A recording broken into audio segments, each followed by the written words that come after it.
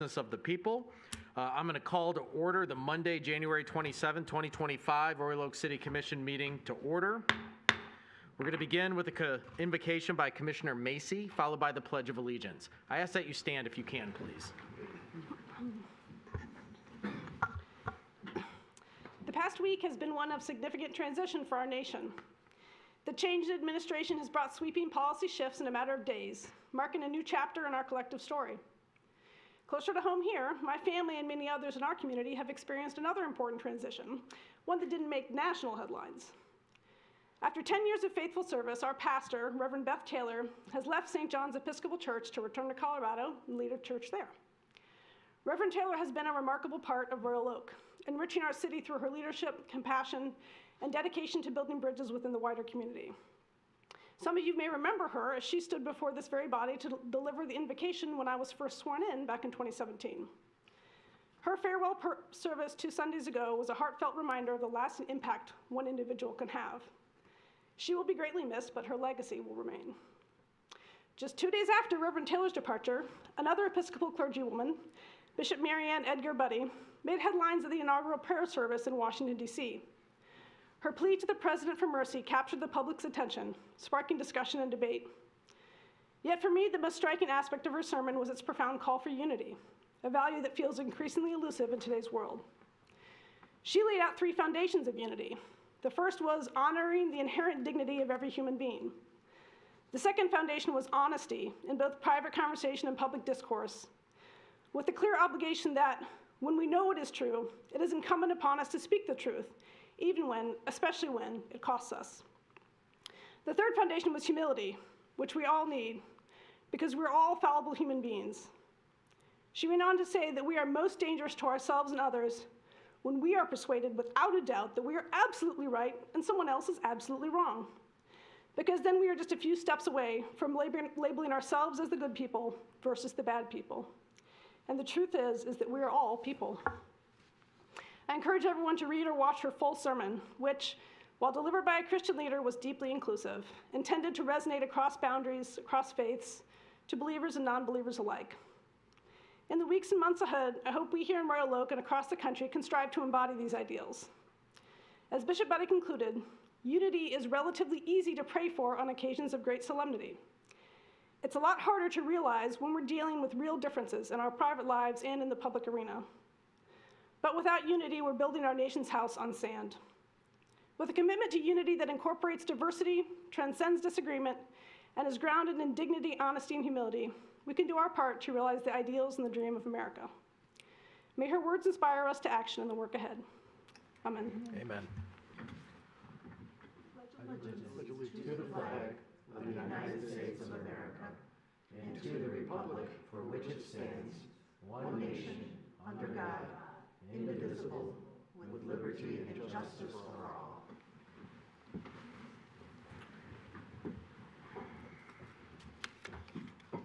Thank you, Commissioner Macy, for a job well done on your invocation, full of reminders that all of us will need to remember. Okay, that brings us to item 4 tonight, which is the approval of the agenda. Does anyone wish to make a motion to approve tonight's agenda? We have a motion by Commissioner Macy. Is there a second? Second by Commissioner Colo. Discussion? All right, with none, I'll call for the vote. All those in favor say aye. Aye. Aye. Those opposed? Motion passes. We have an agenda.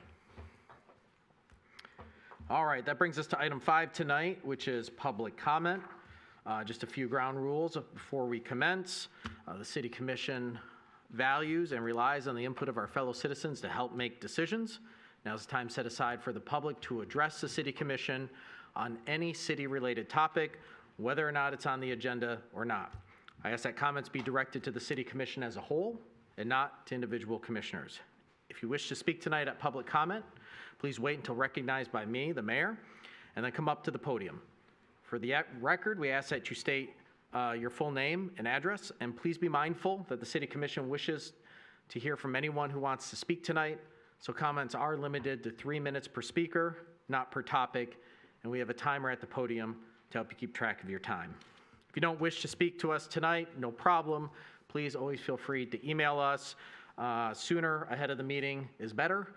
So if you're thinking about something a few days out, email us a few days out. That usually is more productive. Please note the City Commission doesn't typically respond to public comment directly or directly to questions as they're asked, but we are writing those questions down. And when that topic comes up, we will ask those questions on your behalf to city staff or whoever is petitioning. Our city manager is also taking notes and will address issues and follow up as appropriate. If you have some questions tonight and we don't have time to do all the answer Q&A, if you'd like, you can leave your contact information with us. And we actually have here a QR code up at the podium. For those of you that know how to work QR codes, it's just another way for you to be able to get in contact with us and leave your contact information. So if you do have some questions or concerns or an issue, the right people in the right departments know how to get a hold of you and tell you it's been resolved, or hey, can we learn more? We want to fix this, or whatever it may be. I always say we can't solve a problem unless we're made aware of it. So I encourage you to leave your contact information with us if at all possible. So with that, who's up first? Yes, sir.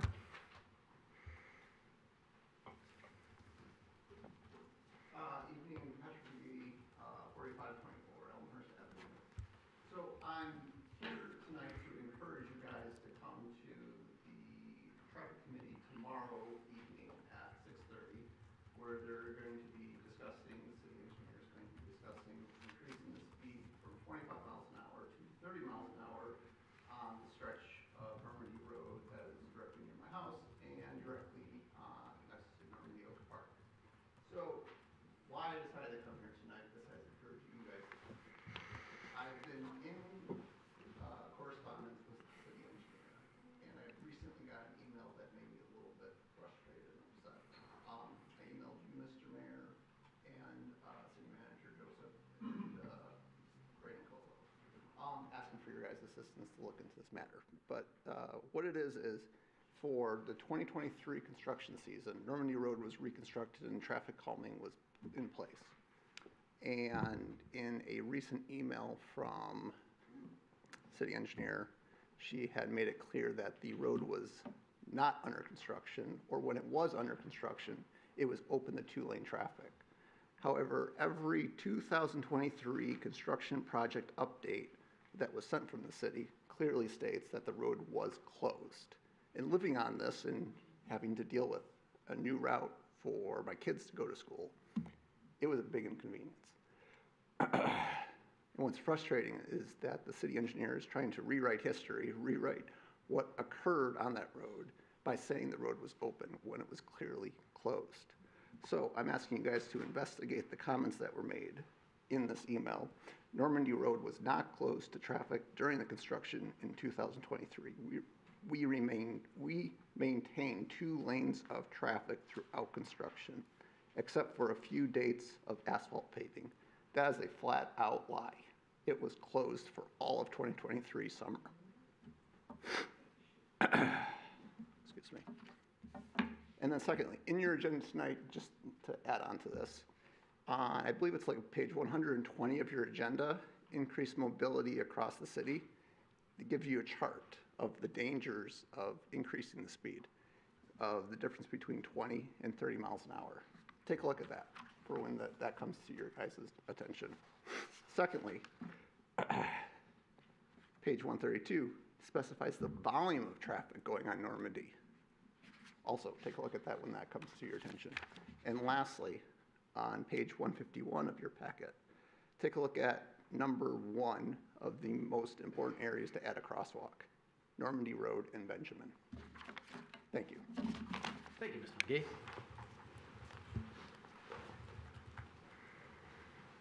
All right. Anybody else want to speak at, yes, sir, in the far back?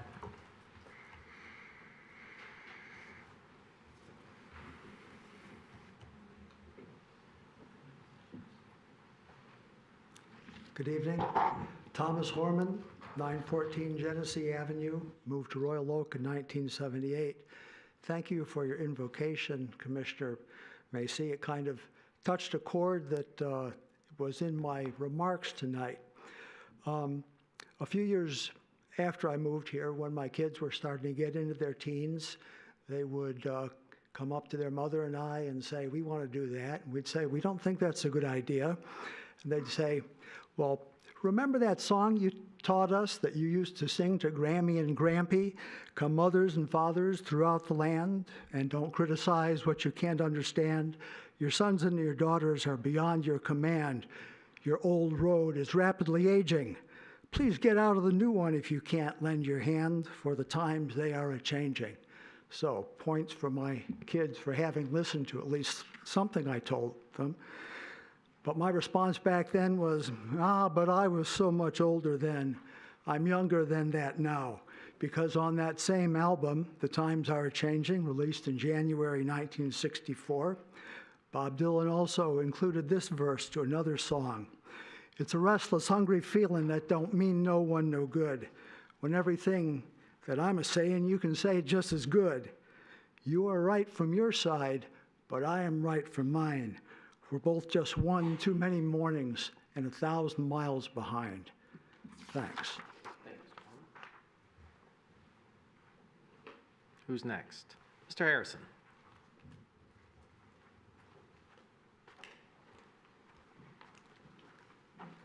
Thank you, Mayor. I want to comment tonight about the master plan in terms of the process, the content, and economic mobility. In terms of the process, the charrettes were conducted during the day, which limited the demographics of those who were able to attend. There was no opportunity for our Woodward Side subdivision to discuss the proposed changes on Woodward Avenue adjacent to our subdivision. We need the opportunity to have a public vote on such a drastic revision of the master plan. When I distributed information about the master plan to our subdivision, the residents were appalled that they would not have the opportunity to vote on the plan. Why were we not advised of the MDOT M1 Woodward Avenue Corridor Plan project until mid-January that began in July of 24? This is January of 25. You were aware of the MDOT project. City mayors were involved in meetings with MDOT during September and January.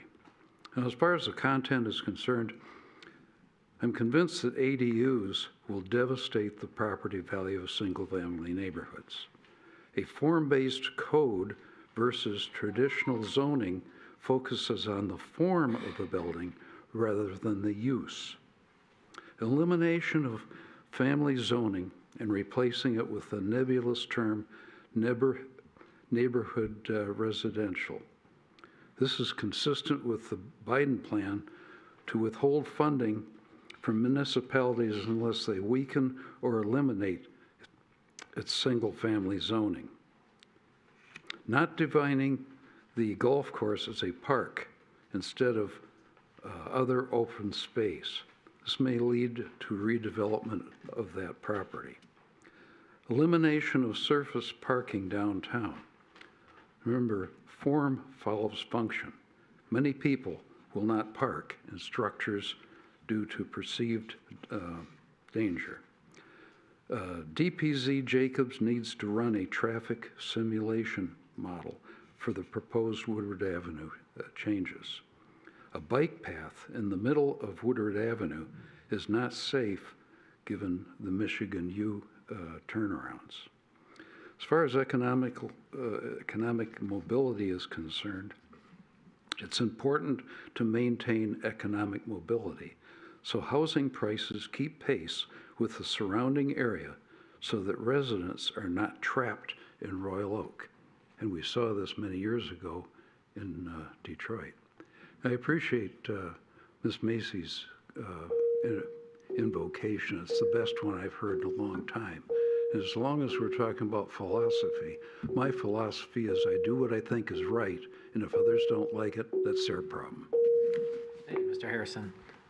And just an FYI, on February 18th, there will be an open house on Woodward that MDOT we're going to host here in Royal Oak. And you're right, there have been some meetings that I think CMCOG has really been the host for. They've invited some staff and officials to hear our grievances, such as Woodward noise and other things that have been challenging in the corridor. And so we look forward to hearing more about what the state's intentions are on the 18th as well. So mark your calendar. All right, who's next? Yes. Good evening. My name is Trish Oliver, and I've been a Royal Oak resident for about 40 years. Despite prolonged public protest, we anticipate that tonight the City Commission will approve the master plan draft as is, which will begin a 63-day review period by adjacent cities, the County Planning Commission, public utilities, railroads, and transportation systems. Since the one-family, single-family residential land use category with its protections has still been eliminated from the master plan draft, instead substituting the term neighborhood residential, which is code for allowing a variety of new high-density rental units, including duplexes, apartment buildings, and accessory dwelling units that are currently not allowed in one-family zones. The master plan must be placed on the ballot due to the fake public input process thus far and in order to save single-family neighborhoods. The only remaining chance for true public input is the vote of the public. The current master plan draft experiments with our property values, families, and our quality of life while making many extreme and radical changes to the city's master plan and zoning laws. When questioned at the September 16, 2024 Planning Commission meeting, city officials reluctantly admitted that there is not a comparable city in the United States that has successfully made so many changes at the same time. There is no evidence that these proposed changes will result in good outcomes. The public engagement has hardly been robust and pales in comparison to public involvement on the previous master plan that served the city so well for 25 years. Please also note that item 8 on the agenda regarding the southeast corner of West 13 Mile Road and Prairie Avenue, the second reading is tonight, is another example of ignoring public input. Neighbors' concerns range from a father's worry about his young daughter's privacy and safety to the current vacancies in nearby rentals. Please carry out your mandate as Royal Oak's public servants and do not approve this project tonight. We here at Protect Royal Oak are a grassroots, nonprofit, nonpartisan group dedicated to protecting neighborhoods. Please support us by visiting our website at Protect Royal Oak. And one last word regarding the trees that were cut down at 4704 Rochester Road. This violated the site plan agreement, which was approved under PUD status by cutting down 4 mature legacy trees at that site that were slated for preservation. As a result, the commission should remove the approved 42 units and move it back to the 16 units originally zoned for the site, and then plant a generous amount of trees at the site to compensate for the ones that were cut down, thereby giving the adjacent neighborhood a small park and greenbelt buffer. Thank you, Ms. Oliver. You're welcome. Thank you. All right, who's next? Anybody else want to come up? Yes, ma'am, in the sweater. I don't know what color that sweater is. I'm trying to figure it out. It's beautiful. It's very lovely. Thank you very much. Okay, my name is Sue Melanie. I live on Clausen in Royal Oak, and I'm here to discuss the master plan. You know what? At the start of the process, I was very optimistic. I even was filmed in one of the charrettes in a very positive way, believing that we were going to get a real good look and a new master plan. It quickly became evident that as citizens voiced their concerns, they were not being listened to. You, the commission, have fallen in love with the plan. And you know what? And the company that is proposing the plan. Your job is to remain impartial and to make sure that your citizens' voices are being heard. I attended, and I'm still just fuming about the September meeting. I will never again attend a meeting where the citizens have to sit there and listen to your comments about their concerns when we were not even allowed to read what our comment was. Still furious about that, as you can tell. I'm going to call on this commission to hold real town meetings and not here. You need to take it off-site in an auditorium in Royal Oak where we can actually, No, you don't have the floor. when you can actually participate without you all sitting above us. And it would be excellent if you actually listen to the citizens. It would create a more fair environment. And lastly, and certainly most importantly, I'm calling on you to conduct a public vote on the master plan. Most citizens in this town, city want this, and if you want to regain the trust of your citizens, which I think has been severely diminished in this whole process of the master plan, I call on you to conduct a public vote on the master plan. All right.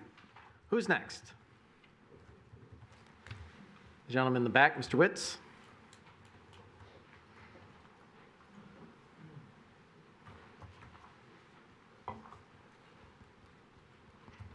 Have some show and tell. So first, just wanted to report back on the Holiday Village program. A report is coming to everybody just with some highlights, and I just wanted to spend a minute on 3 topics. The first one is just a recap of the holiday program that the city and the DDA invested in. It started with the park lighting, where we had a record crowd, thousands of folks and families, and really nice weather. Many of you were there. That kicked off a series of activities throughout the downtown. We had a cookie crawl that doubled in size. We did an elves program that delivered 20,000 store visits through downtown businesses that were documented by the app that was used. We had families that enjoyed Santa, the Grinch touring around Royal Oak, wagon rides, and the beginnings of a holiday market where both Office Coffee Shop and Give Thanks Bakery did some wonderful business. I appreciate the support of the commission and the DDA, and I just want to say, as far as marketing the city, there were 173 stories online, TV, and radio. Media coverage reached an audience of over 9 million, and there were 2.5 million in media earned for the program, all positive stories. But most importantly were the exchanges I've had with the families that live in the city that came to the Centennial Commons and were in the downtown that said this is why we moved here. And it was just a very exciting 5 weeks. So that I wanted to go just report on the going back and then moving forward. It is Winter Blast this weekend, and just wanted to invite everybody. This is an event that is free admission. I know you guys are addressing parking. It has been low cost in the past. I presume it would be the same this year. The ice skating is free at the rink. It's the one weekend you could skate for free. The value is everywhere. There's a medieval village. There's lots of live entertainment. There's free crafts for kids. A couple things cost money. Rides are a couple dollars. The zip line is 2 for $25 or 15 for 1. So that is the priciest element. There'll be food trucks. The weather looks great for the ice sculptures. It'll just going to be a magical winter this weekend.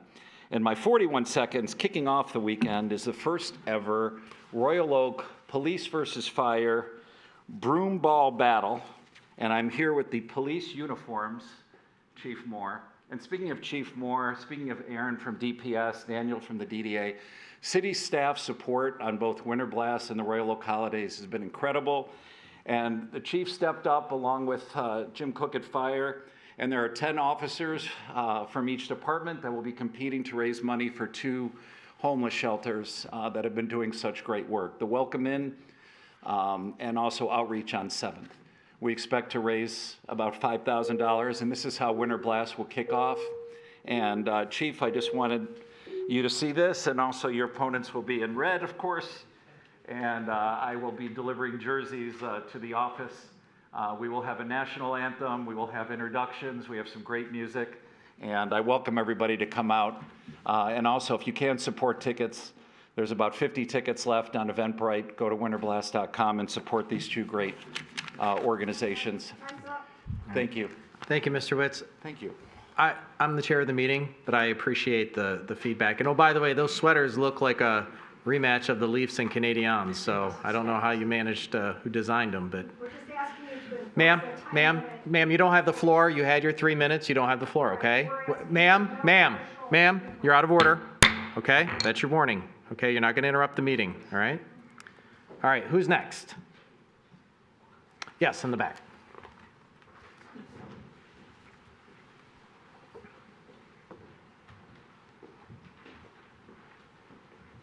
Good evening. My name is Scott Hammond. I love Royal Oak. I've lived in Royal Oak for 40 years. I've had 4 different homes. Currently, I live in the Sherman Triangle. And I'd like to make a few comments on the master plan. I think if moving forward with the master plan is going to involve a review period by adjacent cities, county planning commissions, public utilities, railroads, transportation systems, and the like, if it's that complex, then I think that that's incumbent on people to go ahead with having a public vote if it's going to involve all those different entities, because I don't think town hall meetings or responding to the city website or a Q code is necessarily the best way to inform people.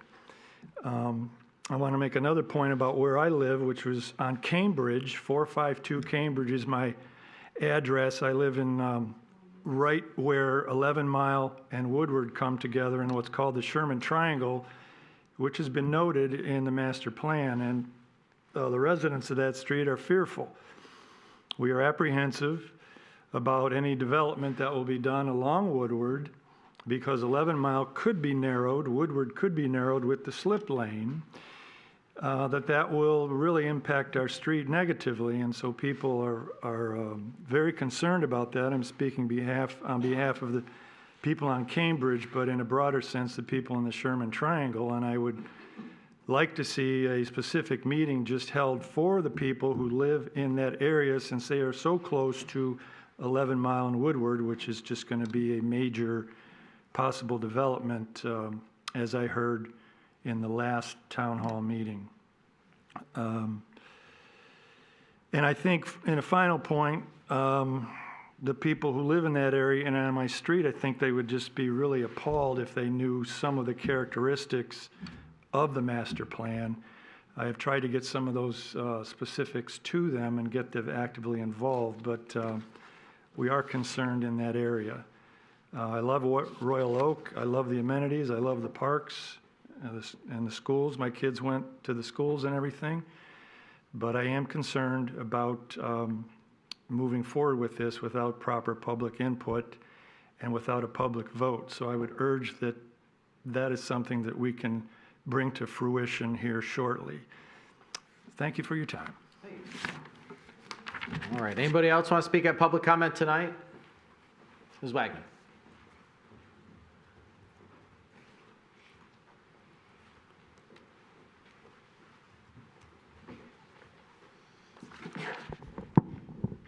Thank you. Janice Wagman.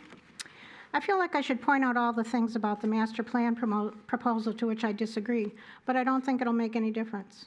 Why? Here's just a few examples that the master plan and zoning ordinance have been thrown out the window.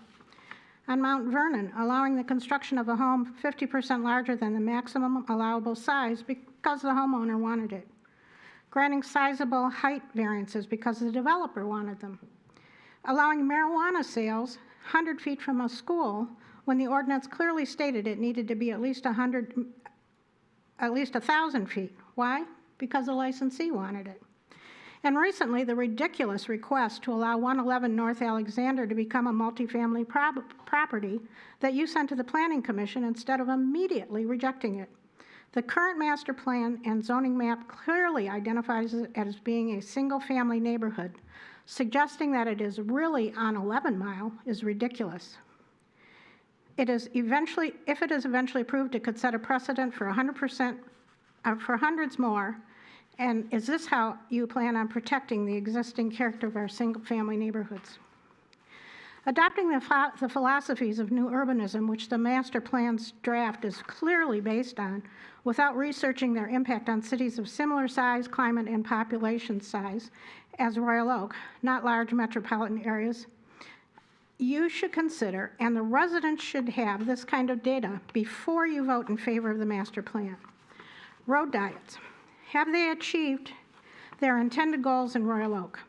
Accidents on both Campbell and Main are increasing, and Lincoln is trending in the same direction, according to CMCOG. In fact, Campbell has almost doubled. Why are we considering adding 11 Mile to the road diets? On Woodward, has the reconfiguration on Woodward and Ferndale seen positive results? What's the actual bicycle ridership in our city? What are the vacancy rates on homes, apartments, and condos, and time on the market? Is it increasing or decreasing? Projected demand for housing. According to CMCOG,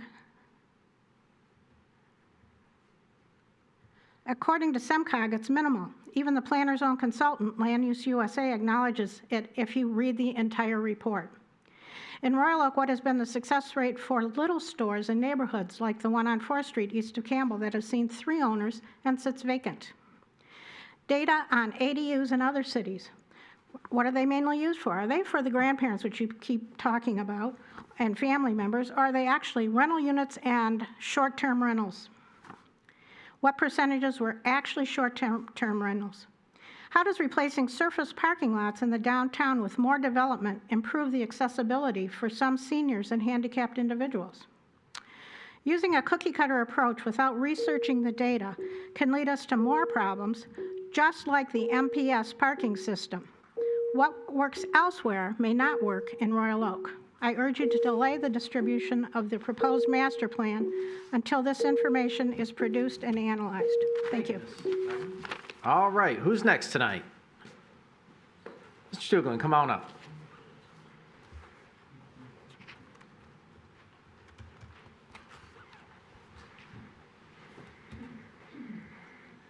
Bob Stuglin, 4404 Rochester Road. This is the master plan booklet for anyone that doesn't know it. You can get it for $35 online, something that the city should have sent to every household. So if they couldn't make the meetings, they would have this to look at. I'm going to quote a few things in here, okay? On page 7, section D, it says preserve and enhance neighborhood character. To enhance Royal Oak's high-quality neighborhoods by preserving their existing character, adding to existing qualities and places they are lacking, and improving access to parks and existing neighborhood-scaled retail areas. Now, I live in Northeast Royal Oak. I'm going to read to you, this is on page 36 of this master plan. If you can afford it, please get it. It's an eye-opener. It's an eye-opener. Page 36. I'm going to talk to you about 15 businesses that are there, okay? These are all at 13 in Rochester, just south of 13 Mile and Rochester Road. First one is an allergy, this is on the east side of Rochester, an allergy, asthma, and pulmonary clinic, a physical therapy center, a fire station, Top Tech Auto Repair, which is very busy all the time. You have to make an appointment to get your car fixed. That's how popular it is in the neighborhood. A busy party store, and an abandoned gas station. Across the street, on the other side of Rochester, there's a family-owned appliance store that's been there forever. I just had my dryer fixed from there. They came out and fixed it. It's a store that's been there as long as I can remember. And I thought, oh, wait a minute, I can get my dryer fixed. I'll call them. And they came out. Next door, there's a dentist office that's fairly new, a Dairy Queen, a computer repair shop, a yoga studio, an empty former doctor's office. There's a house on the corner, a construction company office, a Baptist church, and an indoor archery range. Let's go back to the first side. The Allergy Asthma Pulmonary Center is replaced by a 4-story building. It's probably an apartment building, I'm not sure. Doesn't say in this picture. Physical Therapy Center, another 4-story building. The fire station's still there.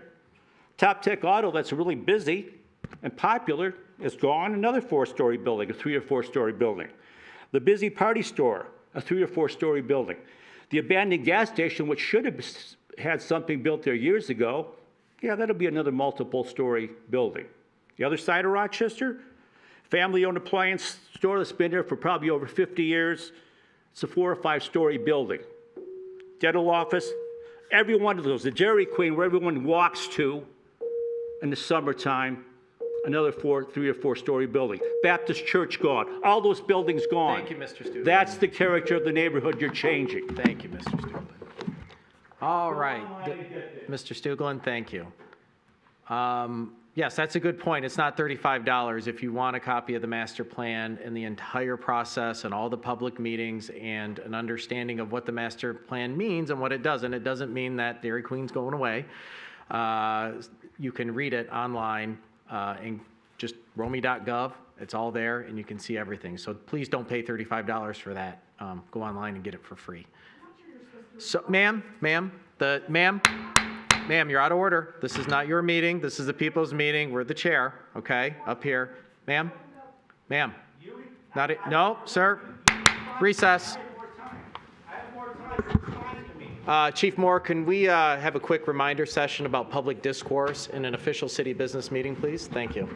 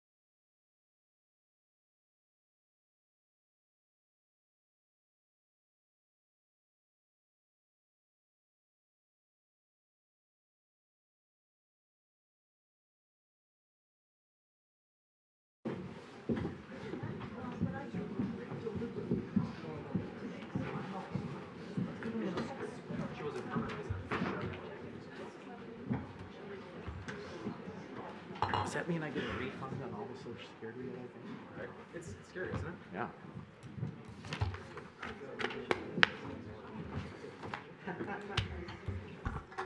All right, we're going to call the meeting back to order. If everyone can either take your seat or close out the conversations, we're going to start again. We're still in public comment. Does anyone else wish to speak tonight at public comment? Yes, ma'am.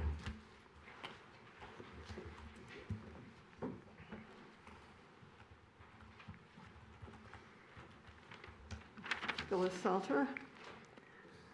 Okay, not too long ago, a snake oil salesman named Matt Lambert from Portland came into our town and told you that we needed a major overhaul of our city.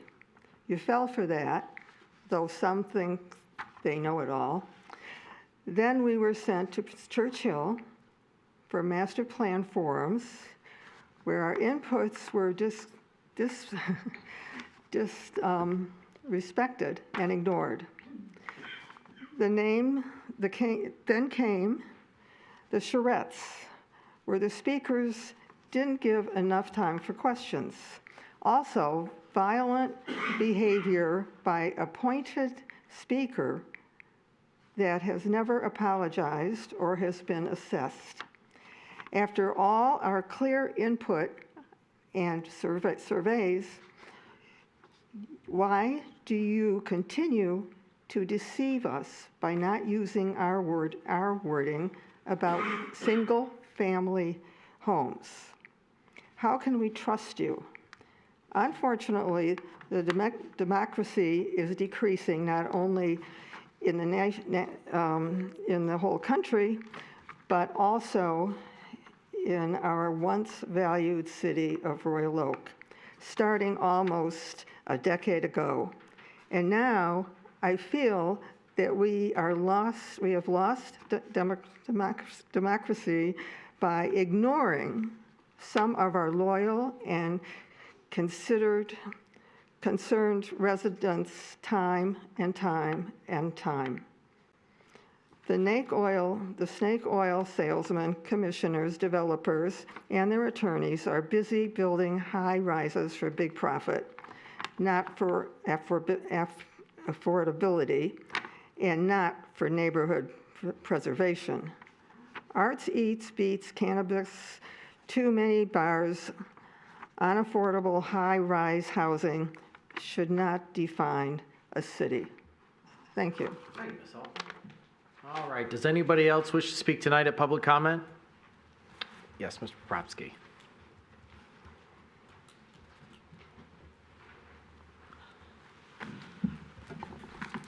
Nancy Poprovsky, Seeking Truth and Justice. Do you ever watch late night shows when a celebrity comes out while they're playing their theme song? Something similar happened to me at a planning commission meeting after getting the rare chance to speak more than once, but maybe not as rare as a YIMBY liking the Dream Cruise.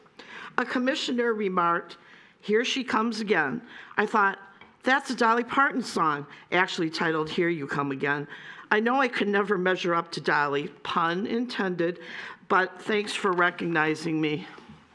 Next subject. May I request a few New Year's resolutions when describing the status of the city? Please reveal mistakes that have occurred along with successes. This is fair and transparent. The public will now have the true stories happening in the city. Example, the new master plan states what's positive about it, but it needs to also state the negative impact on certain areas. Take care of old business and new problems not addressed. It can be overwhelming to keep up with the full city agenda, but also overwhelming for residents like me who really care about Royal Oak and need to get their concerns answered or resolved. Lack of sympathy and ignoring residents is not respectful. Please resolve this by having a town hall with real human interaction, not cards. Engaging commissioners with the audience and individual residents to reveal all sides. All residents should get a chance to voice their opinions for all their neighbors to hear, so their personal hardships and gains come out to all. Rules are fine, but censorship of experiences is dangerous. Just because developers and attorneys have clout in Royal Oak doesn't mean they should destroy green land. Could the Environmental Advisory Board play a bigger role protecting mature trees being rapidly killed?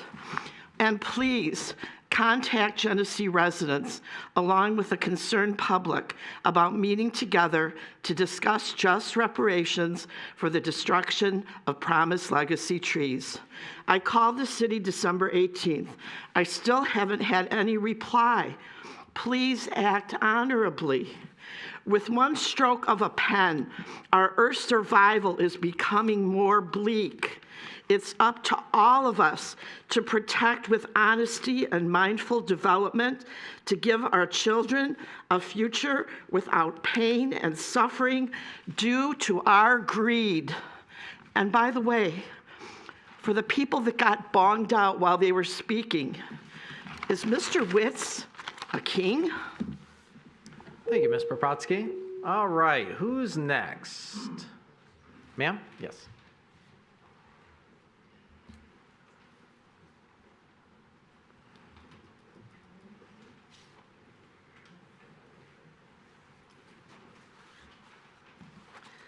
Good evening. My name is Susan Swanson. I live at 1222 West 13 Mile Road. I'm directly across from the Star J.C. Park. I lived here until I was about 40. I moved away for 28 years and lived out east in Boston and lived in Florida. I was very involved in community redevelopment while I lived in Florida. And wow, I find myself in the same situation that we were in Florida. It's like an us versus them. It's unbelievable. I mean, I would talk to our commissioners, you know, and community redevelopment, we're all part of the community, you know. I just never understood why we couldn't work together. And this is my first commission meeting here, and I feel like, you know, I mean, like a deplorable, for God's sake. I can't believe you guys took a break here. What, because a couple people were out of line? I get that, and I get that it's inappropriate. I totally understand that, and I'm not, you know, saying that that was correct behavior. However, what I am saying is that, come on, you guys, we pay you, and we expect, obviously, our expectations are high, but, you know, we expect you to respect us. We expect you to respect us as we should you all, each of you as well. You know, actually, I was here to just sort of sit through a commission meeting and see what that was going to be like. And I do want to state that I do have concerns about the master plan in terms of single-family zoning. And I feel like, you know, if you wanted to move to a 15-minute city, that'd be fine. You could move to one. But I think most people, and coming back to Royal Oak, hey, changes happen and change is good. But, you know, I think these high-rises, I mean, I sat by the post office the other day and I'm looking around and going, oh my God, look at all these high-rises. It's so urban.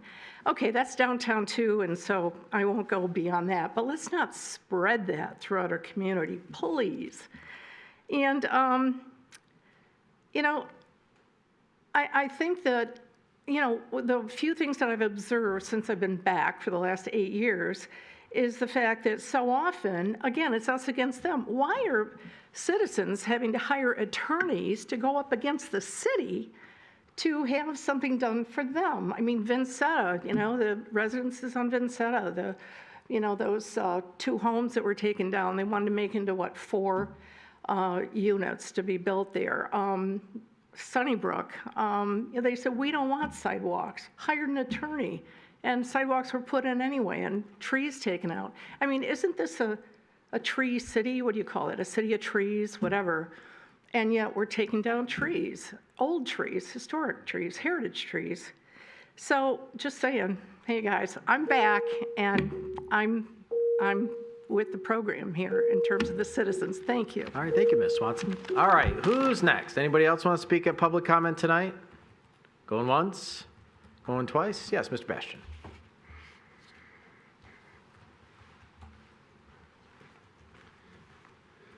Good evening. My name is Paul Bastian. I live at 1118 Hoffman. I've been a Royal Oak resident for over 40 years. I would like to speak very narrowly about the issue of single-family zoning. A rose by any other name would still be as sweet. Single-family zoning now being called neighborhood residential, it's the same thing. I speak not only as a member of the Historic District Commission, but also as a realtor basing my business in Royal Oak. You can call Denali Mount McKinley, it is the same mountain. You can call the Gulf of Mexico the Gulf of America, it is the same body of water. I understand, I hear, and I appreciate the concerns of the citizens that do not want to see multifamily units built in their neighborhoods, but I would encourage everybody to speak with a realtor, speak with a real estate attorney about what these terms mean.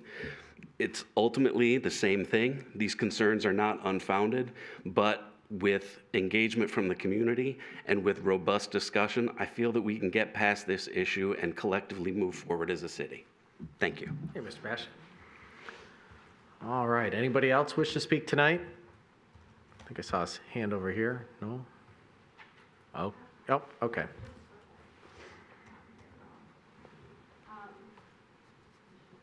Rebecca Wolf, I live at 1608 Vincetta. I've spoken to a couple commissioners, I think, at farmers markets, and appreciate your time to always speak to the citizens.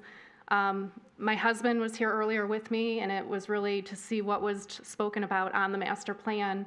And I would just say that I'm a person that likes to be educated on things, and I agree with the last person who spoke that maybe it's not all bad, but I think it would help if me as a resident even, I've been trying to search to understand it, and I don't truly still understand it, because when I look at the map and I look at the color coding, I feel like in my house that's a block off of 12 Mile and Vincetta, I could someday, if a builder wants to knock the house down across 12 Mile, that's a neighborhood edge, and I could have a 4-story apartment building there, and that's a little scary to me. So I would say, I think there needs to be more education, or what's the resource for residents like me that have concerns, that don't want to criticize but understand, so we can understand what you see as the potential. All about a balance of growth, right, to move forward, but there is preservation. Again, I'm on Vincetta. I don't like some of the stuff that actually already happened on Vincetta. I want to preserve it. And that's because someday, hopefully my kids will buy our house and stay in Vincetta, enjoy this neighborhood like we have. And I feel like when I read through the master plan, a lot of it is geared towards growth, multifamily apartments. And the one thing that comes up to me in my head, as well as I have 3 children in schools right now, the middle school is already bursting at the seams. Where are we putting all these kids when they go to school? So I guess I need an education and would love for someone to say, this is the solution. We've already thought of that. This is going to be good, and reassure me as a resident that you do have our best interest at heart when you're looking at this. So I would say if others are feeling that way, what is the harm in putting this to a public vote and educate us more so we can be with you and move forward together? Thank you. Thank you, Ms. Wolf. All right, anybody else? Going once? Going twice?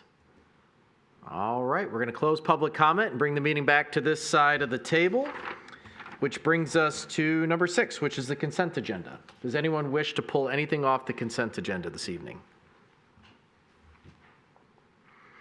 Does anyone wish to make a motion regarding the consent agenda this evening? Okay, we have a motion by Commissioner Colo. Is there a second? Second by Commissioner Douglas. All right, discussion. I guess I'll just add a discussion point on the master plan, which is in the consent agenda, to open it up for a 63-day review period.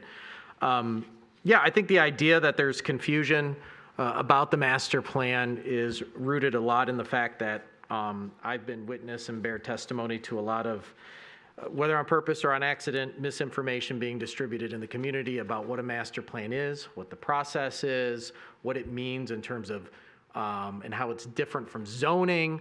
And we've had pretty darn good public engagement as it relates to the master plan up until this point. That public engagement isn't ceasing to be done at this point. What we're saying is we have a piece of clay, a draft that's ready to go out there so we can have a common discussion on the elements of the master plan and get feedback more formally from other stakeholders, neighboring cities, things of that nature. That feedback will come back, and the Planning Commission and this body will look at that feedback and decide if we need to make any changes to the master plan. A lot of what I hear when I hear about Dairy Queen and all these businesses going away or whatever, that is not anywhere close to what a master plan is doing. A master plan is looking forward 20 years from now, 10 years from now, 5 months from now, and saying, okay, what, things change, right? So some of those places may go out of business. Some of them may sell. Some of them may want to develop their own property that they're on and say, I want to put something on this corridor, and what kind of is the theme of this corridor? Because the master plan isn't just saying what our houses and buildings and everything should look like. What the master plan is doing is saying we have a lot of problems and a lot of opportunities that we need to address moving forward. The plan we have now is so antiquated. I mean, people didn't even have cell phones. COVID didn't happen. Folks weren't working from home. The Amazon wasn't, 30 cents of every sale in the marketplace and having trucks delivered everywhere and every house. So taking an understanding at this point in time what the future could look like, how do we plan for it? We're not building more factories in Royal Oak. So, why are we really looking at industrial zones in a 1995 way? We should be looking at it in a 2025 way or a 2035 way. And so when I hear things about change and that there's been a lot of discussion about multifamily, I think this is something that, some folks have really tried to make a wedge issue in the master plan. The reality is you haven't heard a lot about single-family housing in the plan because hardly anything is changing with single-family housing in the master plan.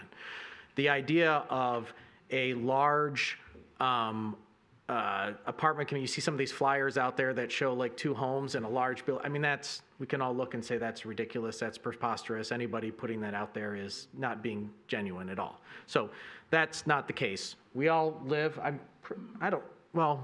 Commissioner Douglas, I think we all live in single-family home neighborhoods, and some of us live in the corridors, and some of us live in more developing areas in the south part.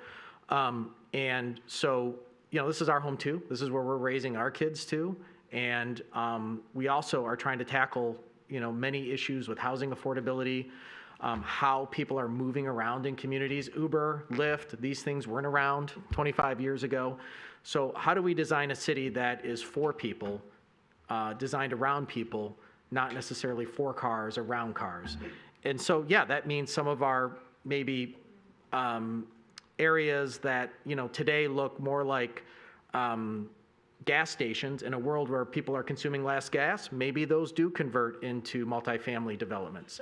The zoning plan is really where the meat of the conversation will happen, and I'm not aware of any dramatic changes that will happen to any of our single-family lots. So some of these concerns we express, we've answered, but it seems to be that we're heading into an election year this year, 2025. I think some of that might be fueling the dialogue, but I really encourage anybody to go online, read it, not just the plan, but read what's in it and ask those questions. The planning commissioners, it might take us a day or two to get back to you. We all have full-time jobs. Someone said, you mentioned you pay our salary. This is all a part-time gig. I'm getting $40 for the privilege of sitting in front of you guys tonight, which is a true honor and privilege. These guys are getting paid $20, so usually if we do go out after the meeting, I have to buy the pizza, but that's okay. Never does. I never do. This, might take a day or two to get back. But I think if there's concerns, it's good to have those concerns. But when an answer is given or, the facts are put out there and the answer or the narrative in the community turns, well, you can't trust these guys, you can't do this, or they're, snake oil salesmen or whatever, that's not helpful to anybody. And, the fact that we're here and the Planning Commission is made up of community volunteers trying to run a process here where we have 60,000 people in this community, knowing not all 60,000 people are going to agree on everything or understand everything. It is incumbent upon those that have stepped up to volunteer in the Planning Commission, those that have stepped up here to process all that information and put a plan out there that is the best attempt to work for everybody involved. And so while we have a vocal number of people that come out day in and day out to these meetings, which is greatly appreciated, and their issues are being heard, we have a broader community that has also put this commission up here and put the planning commission in place to tackle some of the most difficult things that our community and frankly other communities in the Metro Detroit area have to face over the next generation or two. So we may not always agree. We probably won't. If you guys agree with me 100% of the time on 100% of the issues, I'm calling the chief saying we got a stalker, we need some protective orders, and I hope that the same way would go back.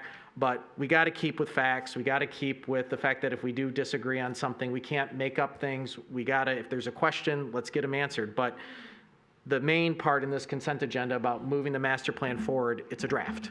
You got to start. We know our plan is, way too old, and it's actually harming us, and it's harming where we want to go as a community in terms of our collective interests.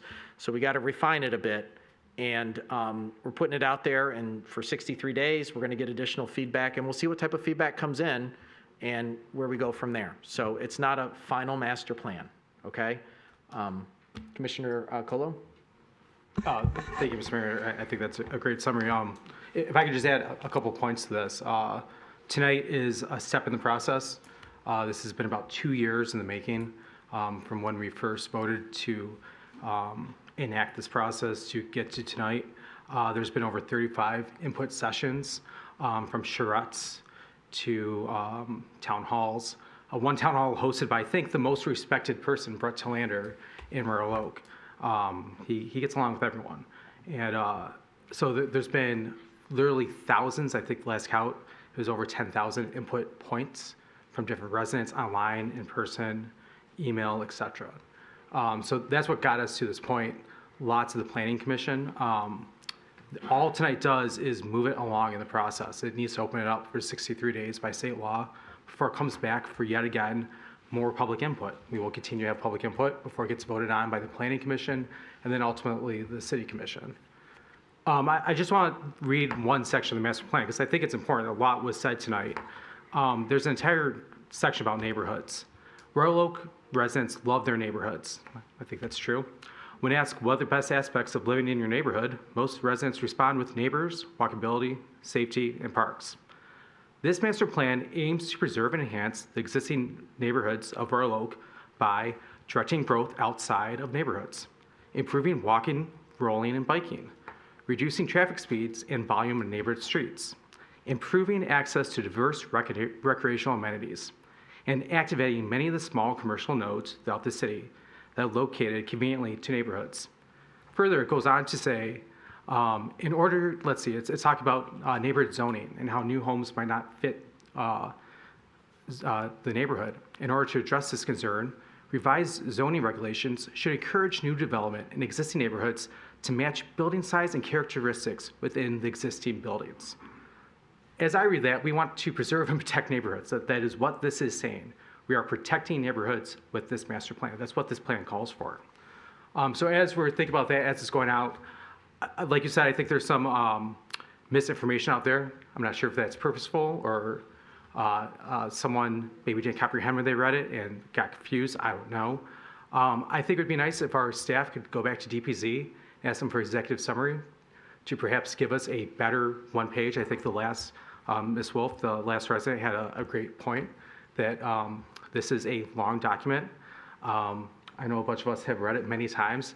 I know the planning commissioners have seen it many times because it's changed. By taking the public input, this has changed multiple times, and what is in it has changed and evolved.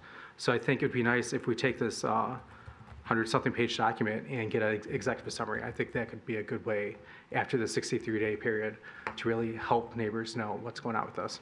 Yeah. Commissioner Cole, the way I think we put it at planning is we took that feedback and we're trying to double down on what residents say they love about the city of Royal Oak and trying to figure out how do we direct growth and how do we manage the things that, to the extent that we can manage them, that we don't like about, our current situation and current master plan. So anybody else? Okay. All right. Well, I'll call for the vote. All those in favor say aye. Aye. Aye. Those opposed? Motion passes. All right. Okay, that brings us to item 7, which is the approval of the 5th Street Plaza conceptual designs. Mr. Solomon, how are you doing today? Good evening, Mr. Mayor, members of the commission. Commission. I'm doing pretty good. It's a little past my bedtime, but it's a typical Mr. Solomon Monday. gets all that beauty sleep. He's really 87 years old, but he gets that programmed rest. You can't share all my secrets. So if this commission recalls, I was before this body about a year ago exactly with a different concept plan for the portion of 5th Street that is between South Lafayette and South Washington, which adjacent businesses affectionately call the Promenade. It was converted to a pedestrian mall in the 50s. And then the other portion across Washington over to the railroad tracks, that portion has been closed since 2020 due to COVID to allow for the adjacent businesses to expand outdoor dining when regulations was preventing them from increasing inside yet. So since then, there's been some notable changes to the design. Our design committee, which is the infrastructure committee of the DDA, received some wonderful participants in Commissioner Douglas, Commissioner Colo, Commissioner Herzog, that really steered part of this more towards the placemaking aspect of it. So Commissioner Colo actually was one of the brainstorm folks that came up with a boardwalk theme for it, ultimately creating a destination.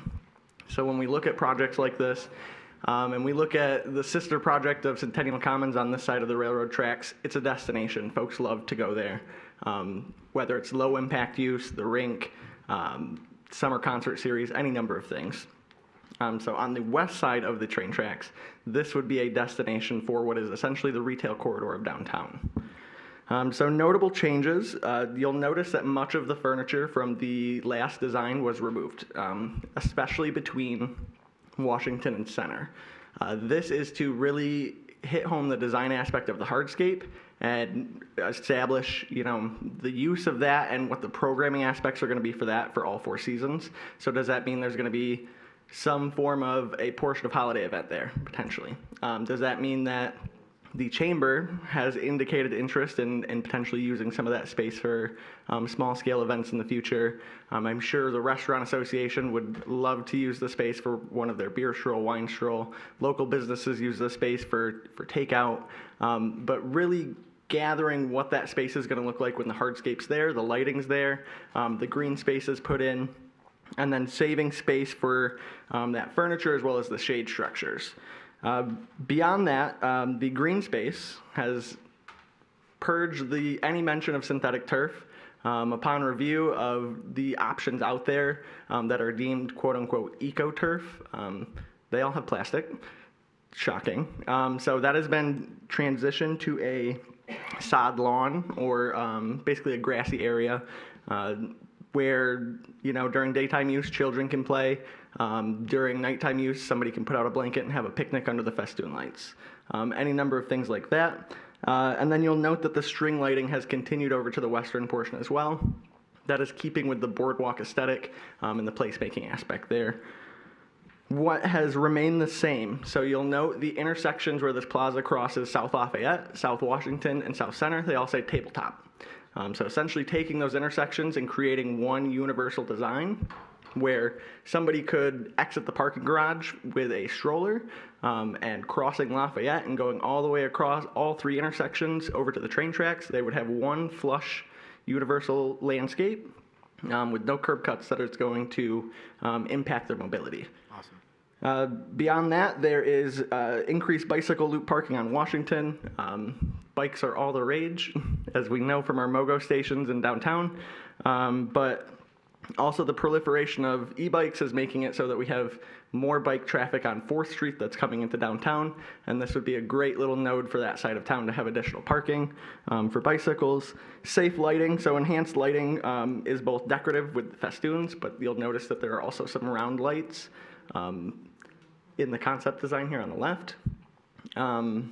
This has been run through ROPD as well, through our stakeholder meetings, to ensure that the area is nice and well lit for those after hours when it can get a little bit dark in the area.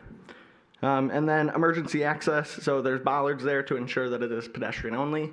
Maintaining some bollards that can move, as well as thick concrete on the northern portion to allow a fire truck or an ambulance.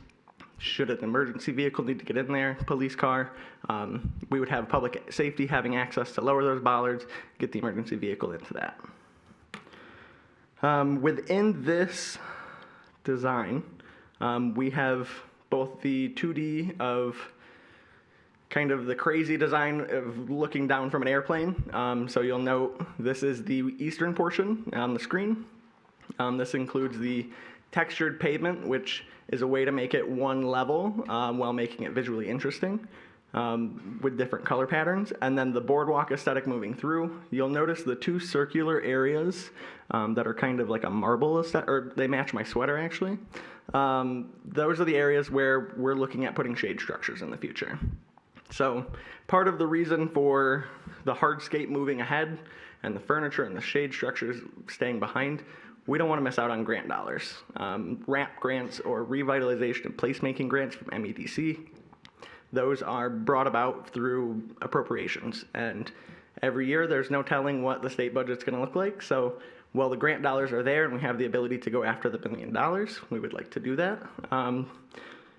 To complement the $312,000 from Main Street Oakland County we accepted 2 months ago, and that was brought before this board to accept. If we'll continue, couple notes on here as well as you'll notice perennial plantings. So taking an interest in perennial plantings that don't need to be ripped up and replanted every single year, saving some eco waste there. And then on the western portion, you'll note that there are seat walls in that area. If you remember the last one, there were seat walls kind of scattered throughout the entire plaza. In the beginning, it was deemed that was a little busy. So rather than just throw permanent seating everywhere in the plaza, the design committee really ultimately kept these ones to this side of the street and then wanted to leave way for a wide variety of potential boardwalk-themed, comfortable seating, as Commissioner Douglas has asked for, and really take the time to do some public engagement to figure out what that seating looks like on the other side of the street as well.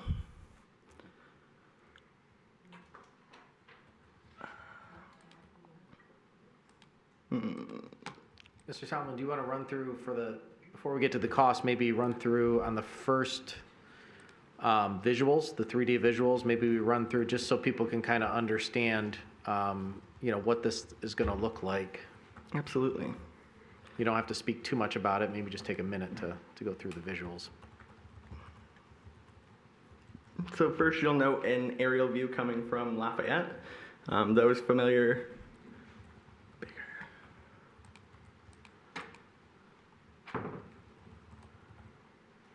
Better. So those that are familiar with attending Baldwin Theater, productions by Stagecrafters, this is a great area where pedestrians are already frequenting.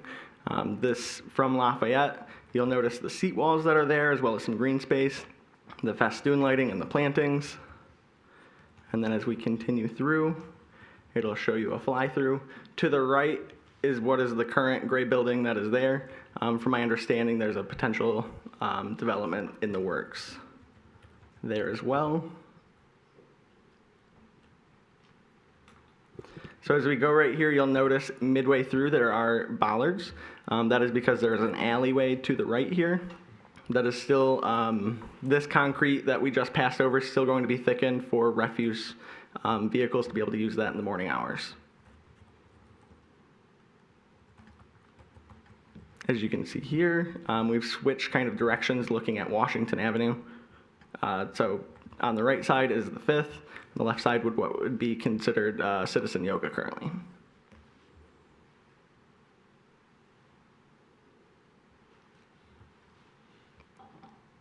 Still covering that tabletop widened intersection for pedestrians. Again, grassy areas with the boardwalk beginning the spiral into the main plaza area.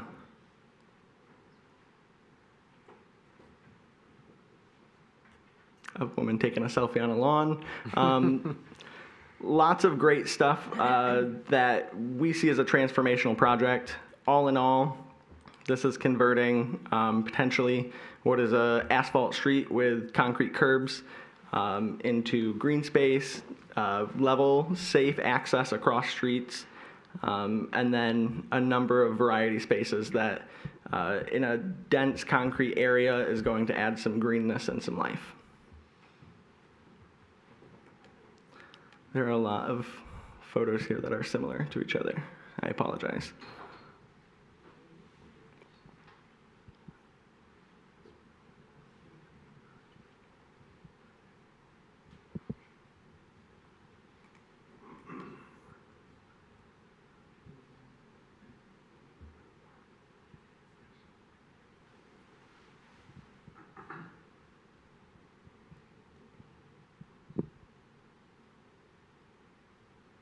Is there any area that I should go back to?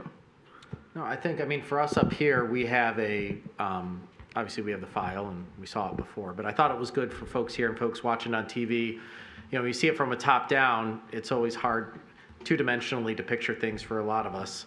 And so seeing these three-dimensional renderings at street level, so to speak, or at plaza level, I think is very helpful for folks to get an idea of how this space is literally going from a gray, dark, asphalt paved area. I mean, near Stagecrafters, there's a little bit of, well, it's not quite as gray and quite as asphalty, but definitely needs, you know, some life pumped into it. And already today, you see folks walking back and forth, utilizing the space, trying to make it something.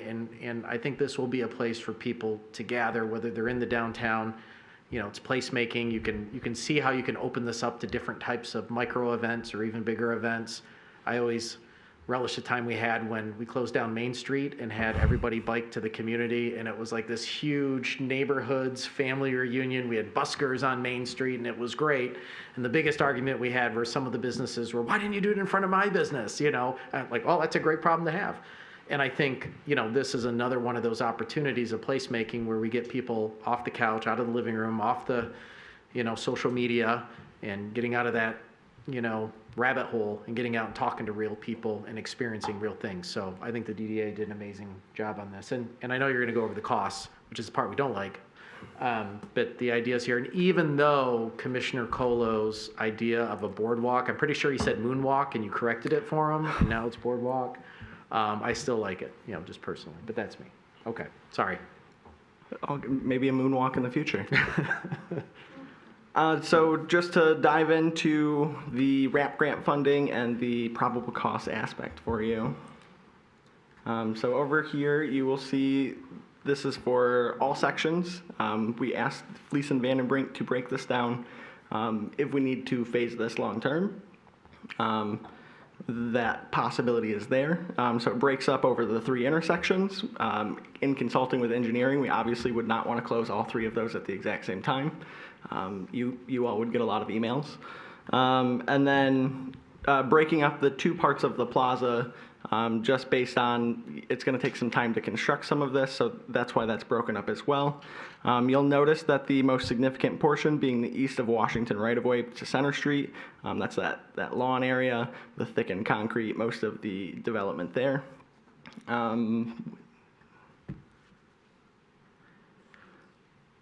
Part of the funding for this, in hopes of making it as painless as possible, the DDA for the past 2 fiscal years has budgeted $1.5 million from our design fund, from TIF dollars, from the development fund. That will be carried over from this current fiscal year where we still have $1.5 million there. We have a $311,761.51 grant from Main Street Oakland County. The WRAP grant, should we be awarded, has a minimum for placemaking of $500,000, a maximum of $1 million, and due to the overall project being over $3 million, we'd qualify for the $1 million. If we were awarded that, the water fund from engineering is taking care of the utility infrastructure that needs to be upgraded there already. We're looking at a potential budget allocation for the next fiscal year of less than $250,000. From the DDA TIF budget as well. Overall, the goal with this is to get this to a point where we are doing the construction documents and bidding out to break ground in '25. The WRAP grant is contingent on this being shovel ready. So once commission offers final approval of these concepts, we would direct Fleece and Vandenbrink to finish those construction documents. They would then bid this out.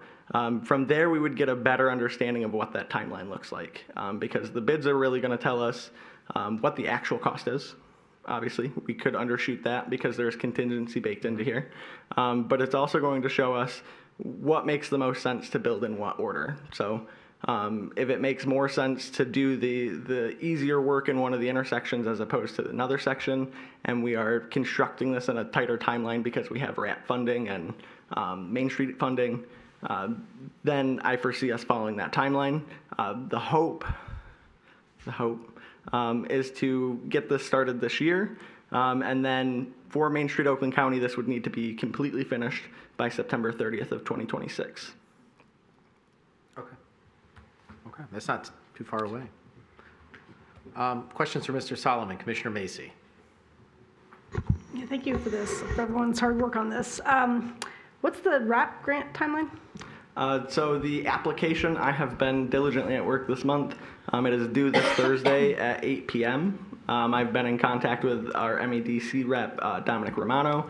We are all clear to submit our application. We have letters of support from SEMCOG, the DDA's letter. Main Street Oakland County is providing a letter. And I've been in contact with Arts, Beats, and Eats and Stagecrafters to finish up those as community partners. From there, they would take this under consideration. We are part of Region 10, which I believe gets 18 million total. So of all of the applications, they'll move into consideration to award this by April.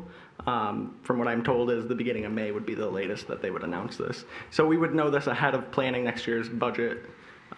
We're planning it now, but we would know it before it's fully approved so we can pivot if need to, do a more phased approach, which I can go into detail if you need. Okay, is there a phased approach plan already in place? Like I heard some of the details of it, but are you thinking like, all right, so now that we know this, we're going to start with A and B? Like, is that? So the hope is ultimately to build the Washington to Center Street portion first, just because that is the biggest lowest fruit right there. And then that also ties into some of the underground work with the water utility and the electrical, making that, that fruit. And then the other side would be constructed, and then the 3 intersections would be done in different phases after that. So what that looks like without RAP grant funding, and I don't know the specifics of our TIF capture yet, but we're looking at the west portion this fiscal year.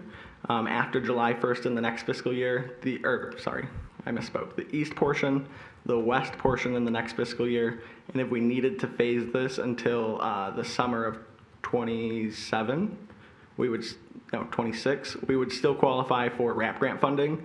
The beauty of the Main Street Oakland County grant funding is we would already have spent over the first 2 phases the amount needed to still qualify for that. Okay. And can I ask Commissioner Herzog if this is EAB approved? Yes, so we did take it to the EAB to talk about the environmental impacts, especially with the synthetic turf, and they came back that it shouldn't be synthetic turf. Royal Oak is actually leading in environmental sustainability in Southeast Michigan, and so projects like this where we have visitors coming into our city and they would see synthetic turf and maybe question that, we felt that it would be better to have a more natural landscape. There was some discussion about how that will look, and so over time we'll just see if it's too muddy or if it doesn't work. But the consultant thought that it's no big deal to have real grass in that area, so we were happy with that. Any other questions? Commissioner Douglas. So when this project was first conceived, the DDA was interested in making this a welcoming space for people, wanting people to come and linger here, to have a cup of coffee, some ice cream, be able to bring a stroller and sit. And thanks for acknowledging the fact that my priority and the reason I got involved in the steering committee was to make sure that seating was comfortable, that people would actually be able to and want to sit in this place. And yet, I look at what is proposed as seating in the western portion of it, and it is none of that. And I'm just trying to figure out how you've rationalized this. These are concrete benches that are, and in fact, if you look at the designs that we've seen here, which are a design with like a picture of a human sitting on them, even those model humans' feet don't touch the ground when they're sitting on these benches. There are no backs to the benches, and if you put a back at the back of the bench, it would be well outside the ideal height to sit comfortably and have your back supported. This is like the antithesis of what I got involved in this before. And I think this is a principle that we need to apply across our city. Our parks are made for people to sit and be comfortable. And what is proposed here is none of this. So, Mr. Solomon, I look at your cost estimates and I see in the western portion of this section, or this project item number 22, you've got a concrete seat wall estimate listed here. How can we make sure, how can we avoid me voting against this proposal by making sure that when this goes out to bids, the bidders understand that that is not at all what is wanted there? If the commission is more comfortable, amendment to it could be made where rather than it being, it's concrete walls, it's just an allocation for site furnishings to be determined in the final design documents that the commission will approve down the road. So we will see, when bids come back, we will see a complete bid package with all of the specifications of all of the elements in what is being built. Yes. When we get around to a motion on this, I'm going to ask for that modification. Thank you. Anybody else? Commissioner Chisholm. Yeah, thank you. So thank you for the presentation. I appreciate the visuals. I am somebody who, I do need those 3D pictures to really be able to imagine what this will look like. This is a pathway I walk through regularly, almost daily. And so I'm looking forward to having it be freshened up like this. I think it's going to be really beautiful. I shared Commissioner Douglas's concerns about the seating. As you may know, I serve on the Older Adults Board, and I'm really very committed to trying to make our amenities accessible for all residents, all visitors. And I think also a space like this really provides an opportunity for giving people the opportunity to meet new people, build relationships, build closer connections across our community, and I think that's important. So I think that comfortable seating is really essential for that goal. So I like that amendment. I did have a couple questions. One was, my understanding is Stagecrafters uses that alley just east of Lafayette for drop-off for handicapped individuals to be able to go to Baldwin Theater, to the Stagecrafters Theater. Will that still be available for folks to come through the alley and then out onto Lafayette? Are you referring to the doorways off of what would be the plaza, or I know there's an alleyway on the other side of the building? The doorway off of the plaza. Right now, that's where I believe folks are instructed for handicap drop-off. I know Commissioner Douglas is pretty familiar with Stagecrafters. She might have more insight on that. If I may supplement, yes, vehicles come, there's a northbound alley between 5th and 6th Streets, and vehicles drive north up that alley, stop at the doorway at Stagecrafters, and then turn west to exit onto Lafayette. I anticipate that because we would be resurfacing that area, there would likely be some interruption, but we would work with Stagecrafters to make sure that it's as minimal as possible. I do believe that most of their season is not occurring in July, so that we might potentially be able to work with the timeline to best suit that as well. Okay, I think their youth program does shows in July, but I appreciate that it's an interruption, if anything. This will not be a permanent change where that drop-off will not be available. I wanted to make sure of that. No. So in fact, that portion that you're referring to that the vehicles drive on, that's thickened concrete as well. And those festoons are planned to be high enough to where a garbage truck and an ADA van could go through it, because that still does need to have access for those vehicles. Okay, great. That was really important to me. And then it looked like there was a sign just east of Washington, like a large sign. Is that like a wayfinding sign, or it was rather large, kind of like podium? I'm not sure. I know the one that you're Monumental referring. That is another one of those details that would be in a final bid construction document. That is over the discussions as it relates to the archway for stagecrafters, which as you may know, if you look at the base, it's rusting out. Okay. It's potentially becoming a safety concern as it gets older and older. So that was potentially an idea to supplement if that were to have to go away. How do we supplement that signage for stagecrafters where they don't lose their visibility? So these as a community stagecrafters. theater? Okay, thank you. And then I just thought about this question while I was up here, but one of the reasons I walk through that nearly daily is I walk my dog through there daily. And I wonder, will dogs be able to walk through there? And if so, do we want to have little baggies available? Because I'm picturing these beautiful lawns and dogs coming through, and I really hope to not lose that passageway with my dog, but I just wonder if there's been any discussion about anything like that. There hasn't been discussion on that, but I don't envision there being a dog ban. I think most of us love our dogs, and I think a lot of the business owners in that area, as you walk through there, you can attest there's bowls of water for dogs. There's treats from business owners, so I don't think we would want to strip that ability from residents to take their dog to that area. And on the idea of a bag station, I am shopping around for those for downtown as a whole. Okay, that sounds great. Yes, my dog feels very presumptuous about going into some of the stores because he thinks he's always welcome even when they're closed. So yes, thank you. Commissioner Colo. I just want to follow up on Commissioner Cheesham's question about signage. If you go to slide 17.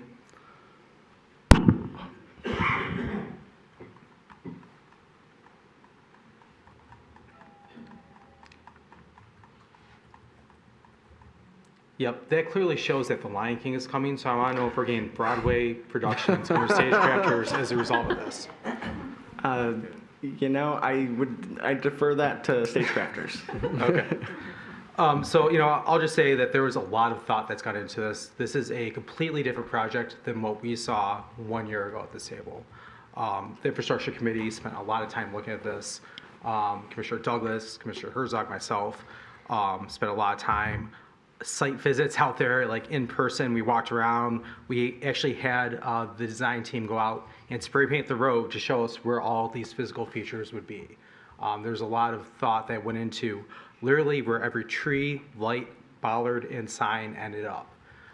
So this has been quite the long process to get here. I do appreciate Commissioner Douglas's comments about seating and Commissioner Cheesham's, and we've talked about seating since day one too. And I'm comfortable that in the future, as we're getting to that level of detail, that it would definitely be accessible to everyone in the community.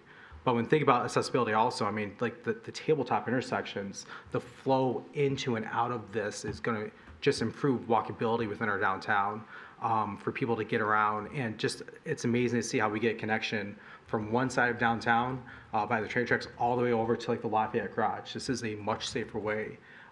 In an already incredibly safe community, thank you, Chief, and your crew, but in an already safe community, this is, we're adding so much lighting, such an egress to connect major hubs of our community. So this is, it was designed by people who won an award last year for one of the best designs in the nation, and I see this as the next award-winning design coming to Royal Oak. This is a very exciting time. Commissioner Hunt. Thank you for putting this project together and for my fellow commissioners for sitting in and having input on this. Not to beat the seating dead horse here, but you mentioned that on the west side, that's where the seat walls were to occur. On the east side, is that where the furniture or the furniture designs would be for more comfortable seating already in place? Yes. Okay. So not comfortable seating, bistro tables. Oh. I know those are not fanfares. We have that for temporary use right now as we've tried to envision what the plaza would look like. I envision those being spread out because I think the vision is a variety of seating for a variety of comforts. So whether that be a mix of, I think one of the examples you gave was like a squiggly bench or arm style chairs, but really having something that meets kind of the needs of every group that enjoys downtown, because downtown's for everybody. And we want to make sure that if somebody wants to sit in an armchair, if somebody wants to sit in an Adirondack chair, if somebody wants to sit on the sidewalk, but ultimately using the community engagement piece to really hit home on what those seating options are going to be. Okay, thank you. And for clarity, I heard you say that there'll be the bollards, but they're spaced enough so that emergency vehicles could get through. Actually, am I right? they're not spaced for vehicles to Okay. get through. The intent is to have movable ones. Okay, thank you. And maybe I missed it. Were the police department and the fire department involved in making sure this was safe? So as part of our, back when this began, so when we first began, we started with core stakeholder groups. We had business owners, we had property owners, but we also included police and fire, as well as the medical team under fire, just to say, what are the needs here? And that's kind of how that emergency egress on the north side got started, is they don't necessarily need to be able to pull up right on a building that's on fire, but to have the access there just to go along the north side made it safer. And as far as the police involvement, they were some of the folks that were advocating the most for really increasing the lighting here on 5th Street. If you go there now, we're working through some wiring issues in downtown. We hear you, we're working on it. But really, this is an area where there's a lot of people at times. Think of Arts, Beats, and Eats. And just to be able to have that overhead lighting and to make it safer for police to have one direct line of sight, that was a major consideration for this as well. Okay, thank you. Mr. Mayor, if I may. Commissioner, actually, and Mr. Solomon can correct me if I'm wrong, but there's actually thicker concrete on the north side of the plaza to allow for fire trucks and police vehicles to get in. So that was part of the design.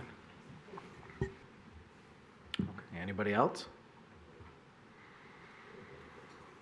Yeah, I'll just say this, we've been working on this for a little bit, but I think, slowing it down a bit and having a lot of additional stakeholders contribute, having some commissioners out there to, offer their 2 cents and get some good ideas put in place. And even just the DDA members, I know we're fully engaged, reaching out to us, talking to them, understanding what is possible. And I think this is going to be, I don't want to count our chickens before they hatch, but I think if we get this done, this could be a candidate for another amazing design award that will help inspire other communities or other corridors in Royal Oak to say, hey, look, we're not a place to drive through, we're a place to live. And, come and enjoy and be part of that life. So I think this is a beautiful design. And it connects well. It's connecting, what we've done out here with Centennial Commons all the way through. Sometimes people just like to get out and walk about and see what's going on and pass by retailers and window shop and go in and buy things and go get something to eat. Creating place cannot be underestimated. We can't compete with the palm trees and warm weather of Florida, but we can compete to keep our workforce and young people here and businesses here by, making, aside from weather, everything else pretty awesome. And this is a good example of that. All right. Does anyone feel comfortable making a motion and not putting this in the back seat? So I'm going to look for some advice on how to word this, but I would move, what's the motion here? Somewhere here. Authorization to proceed with the change to the the quote for west of Washington right-of-way, item number 22, the concrete seat wall, replace that with comfortable seating. Yeah. There's many different ways we can do that. City manager might have, others might have ideas on that. I'm just. I second. I want to go forward. Okay.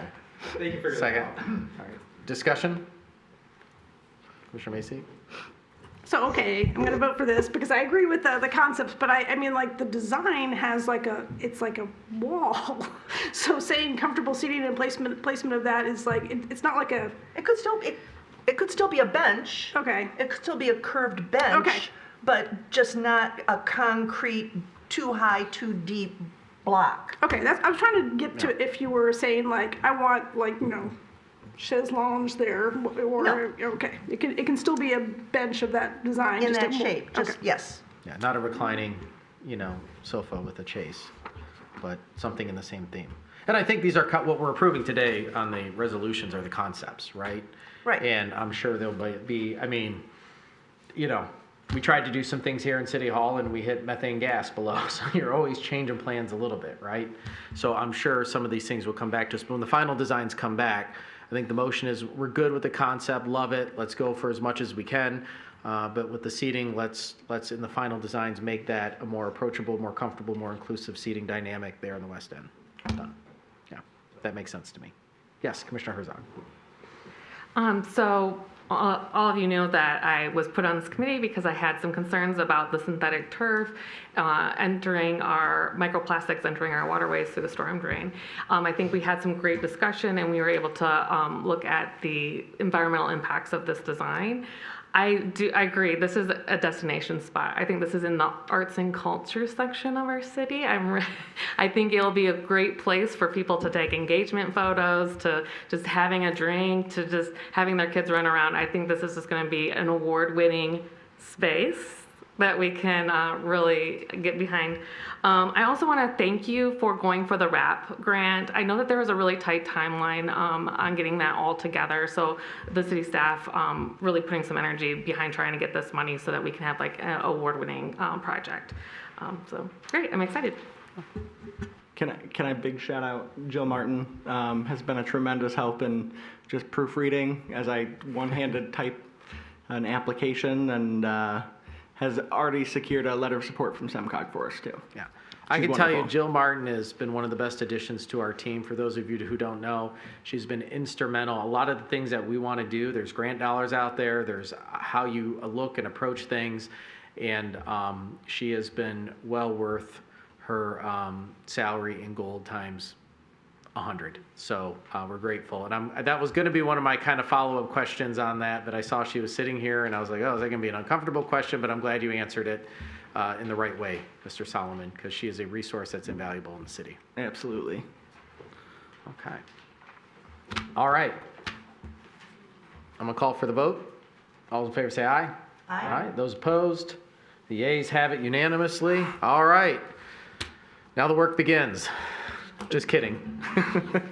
This was actually the first project I started here when I started here 3 years ago. Well, now we have a major step forward, and we have some grant timelines that are going to keep us aggressively pursuing this. So thank you, Mr. Solomon. Thank you. Thank you, Ms. Martin. All right, so that brings us to number 8 tonight, which is our last regular agenda item, which is conditional rezoning of parcel 2507-103-041 to multiple family residential, second reading. Mr. Twing. And I see Mr. Twing is not here. Mr. Murphy.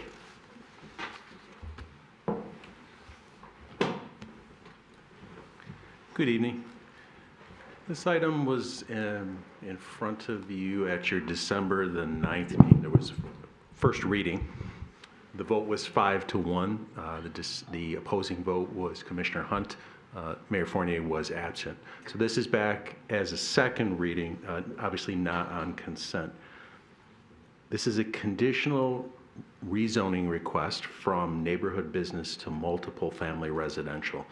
And the petitioner may offer the conditions associated with their request in a voluntary manner, as they've done so.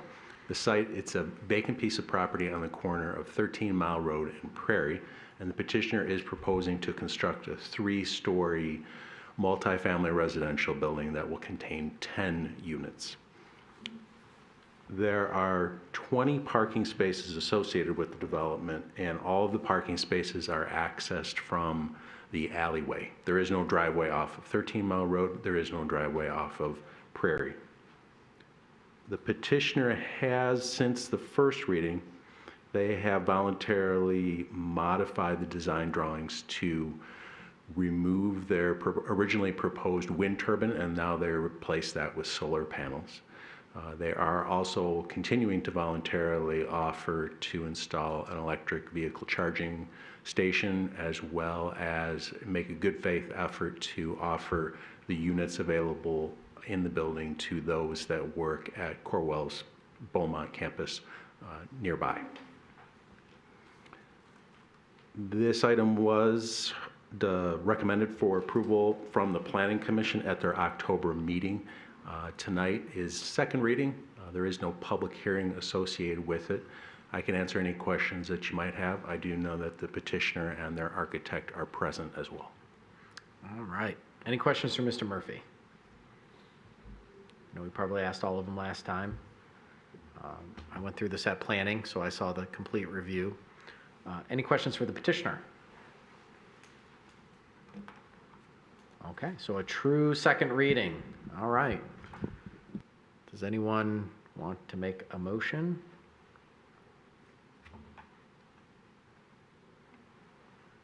Commissioner Herzog. Motion to approve? Okay, we have a motion by Commissioner Herzog. Is there a second? Second by Commissioner Douglas. Discussion? Commissioner Hunt?